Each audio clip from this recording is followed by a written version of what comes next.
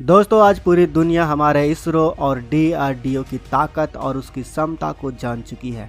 एक तरफ जहां इसरो कम लागत में अपने स्पेस मिशन को पूरा करने की ताकत रखता है, तो वहीं डीआरडीओ भी कम लागत में घातक से घातक हथियारों को बना रहा है और उनकी ताकत और क्षमता को पूरी दुनिया भी देख रही है।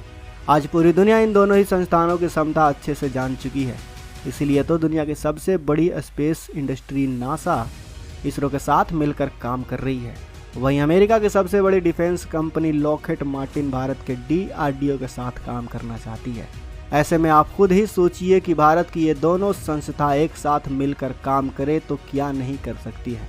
और ऐसा ही कुछ काम इन दोनों संस्थानों ने मिलकर किया भी है, जिसके बाद पूरी दुनिया तो हैरान है ही, साथ ही पूरा भारत इसरो और डीआरडीओ के इस काम से गर्व भी कर रहा है, क्योंकि भारत के लिए यह काफ़ी महत्वपूर्ण है। भविष्य में यह भारत के अरबों रुपए की बचत करेगी। आखिर इसरो और डीआरडीओ ने मिलकर ऐसा क्या कर दिया है जिसकी वजह से पूरी दुनिया हैरान है और हर भारतीय गौरवान्वित हो रहा है। जानेंगे आज की इस वीडियो में, तो वीडियो के अंत तक बने रहें। दरअसल दोस्तों, भारत की इसरो ने एक ऐसा स्पेस शटल बनाया है जो दोबारा इस्तेमाल हो सकता है। इसका नाम है रीयूजेबल लॉन्च व्हीकल। इसे ऑर्बिटल री एंट्री व्हीकल भी कहा जाता है। इस तरह के व्हीकल स्पेस मिशन को लो कॉस्ट में पूरा करने में हमारी हेल्प करेंगे, क्योंकि इस व्हीकल का इस्तेमाल दोबारा से किया जा सकेगा। और इसका जो अगला वेरिएंट होगा वो भारी से भारी सैटेलाइट को भी अंतरिक्ष में लॉन्च कर सकेगा।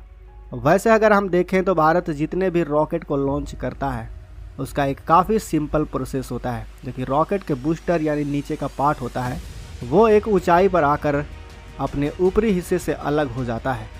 रॉकेट के ऊपरी हिस्से में या तो एस्ट्रोनॉट होते हैं या फिर सैटेलाइट, लेकिन जो रॉकेट का बड़ा हिस्सा यानी उसका इंजन होता है वो अंतरिक्ष में जाकर बेकार हो जाता है और फिर समुद्र में जाकर गिर जाता है। यानी हम एक रॉकेट के 80% हिस्से को बर्बाद कर देते हैं और अगले स्पेस मिशन में हमें एक नया इंजन बनाना पड़ता है, जिससे पैसा और समय दोनों ही काफ़ी बर्बाद होते हैं। लेकिन स्पेस एक्स ने पहली बार एक रीयूजेबल रॉकेट इंजन बनाया जिसे वो बार बार इस्तेमाल कर सकता है।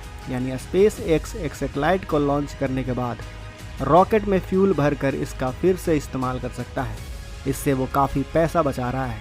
लेकिन अब आपके मन में यह सवाल आ रहा होगा कि यह इतना आसान है तो बाकी देश इस तकनीक को हासिल क्यों नहीं करते। तो हम आपको बता दें कि इसमें सबसे मुश्किल काम होता है लैंडिंग। अगर लैंडिंग में थोड़ी सी भी गड़बड़ी हुई तो सारी मेहनत बेकार हो जाती है। साथ ही आपको एक्स्ट्रा पैसा खर्च भी करना पड़ता है।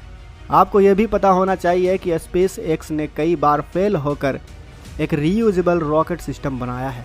वहीं अगर हम बात करें कि स्पेस एक्स ने रीयूजेबल रॉकेट के इस्तेमाल से अब तक कितना पैसा बचाया है, तो स्पेस एक्स की एक रिपोर्ट के मुताबिक जहां स्पेस एक्स एक जीपीएस सैटेलाइट को लॉन्च करने के लिए पहले $97 मिलियन लेता था, तो वहीं रीयूजेबल रॉकेट के इस्तेमाल के बाद से वह $52 मिलियन ले रहा है।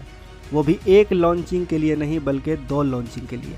यानी वो इस वक्त एक ही रॉकेट को बार बार यूज करके $26 मिलियन की बचत कर रहा है, वो भी एक लॉन्चिंग में। जिसके बाद से पूरी दुनिया में रीयूजेबल रॉकेट बनाने की होड़ लग गई, चाहे चीन हो, रूस हो या फिर अमेरिका की नासा।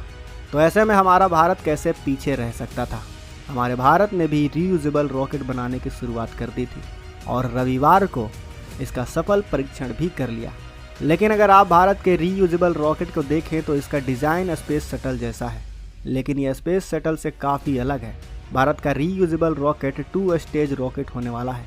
यानी जो आपको स्पेस शटल दिख रहा है उसमें सैटेलाइट को रखा जाएगा और जो दूसरा स्टेज है यानी इसका रॉकेट इंजन वो स्पेस एक्स के रॉकेट की तरह नीचे तो आएगा ही, साथ ही जो स्पेस शटल है ये भी सैटेलाइट को लॉन्च करके धरती पर वापस लौटेगा।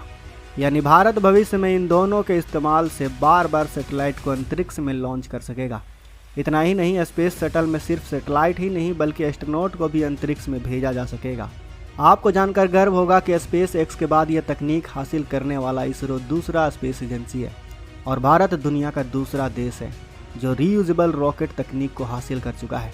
लेकिन अभी भी इसके कई परीक्षण होने हैं ताकि इसमें और भी ज़्यादा सुधार हो सके, क्योंकि इन मामलों में हल्की सी भी गलती भारत को मिलियंस ऑफ डॉलर का नुकसान पहुंचा सकती है।